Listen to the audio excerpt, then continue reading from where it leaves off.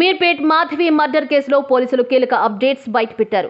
జనవరి 16వ తేదీ ఉదయం 8 గంటలకు నిద్ర లేచిన వెంటనే మాధవి గురుమూర్తుల మధ్య గొడవ స్టార్ట్ అయిందని చెప్పారు. గొడవ కావడంతో మాధవిని చంపాలని గురుమూర్తి అనుకున్నాడని, అందుకోసమే ఆమెని కొట్టినట్లు నిర్ధారించాడు. అయితే మొదట ఆమె చెంపపై కొట్టడంతో గోడకు తాకి కుప్పకూలిపోయిందని, వెంటనే ఆమె స్పృహ కోల్పోయిన ఆమెను చంపాలనే ఉద్దేశంతో ఆమె గొంతు పిసికేసినట్లు తెలిపారు. అయితే మాధవి చనిపోయిందని నిర్ధారించుకున్న తర్వాత మాధవి శరీరంపై ఉన్న బట్టలను తొలగించి డెడ్ బాడీని బాత్రూమ్ లోకి తీసుకువెళ్లి ముక్కలు చేసినట్లు వెల్లడించారు. ఈ మేరకు పోలీసుల దర్యాప్తు ప్రకారం ఆమె చనిపోయిన తర్వాత కిచెన్ లో నుంచి కత్తి తీసుకుని వచ్చాడు. ఫస్ట్ మాధవి భుజాలను కట్ చేశాడు. డెడ్ బాడీ నుండి చేతులను వేరు చేశాడు. ఆ తర్వాత డెడ్ బాడీ నుండి కాళ్లను కూడా వేరు చేశాడు. కాళ్ళు చేతులను ముక్కలుగా చేశాడు. ముక్కలుగా చేసిన కాళ్ళు చేతుల భాగాలను బకెట్ లో వేశాడు. బకెట్ లో వాటర్ హీటర్ పెట్టాడు. బాగా శరీర భాగాలను ఉడికిన తర్వాత బకెట్ లోంచి ఆ భాగాలను తీసి స్టవ్ పై కాల్చేశాడు. కాలిన ఎముకలను రోటిలో దంచి పౌడర్ చేశాడు. ఆ పౌడర్ ను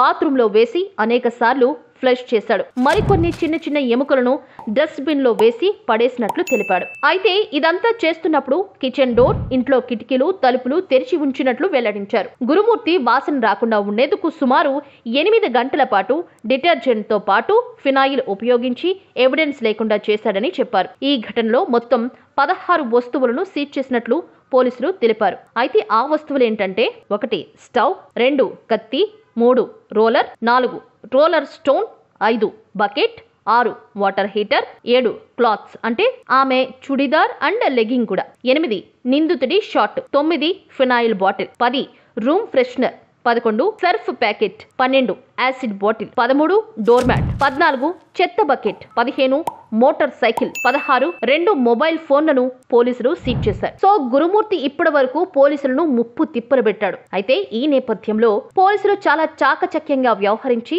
మొత్తానికైతే ఫైనల్ గా కేసును సాల్వ్ చేశారు. చూద్దాం మరి ఎలాంటి శిక్ష పడుతుందో.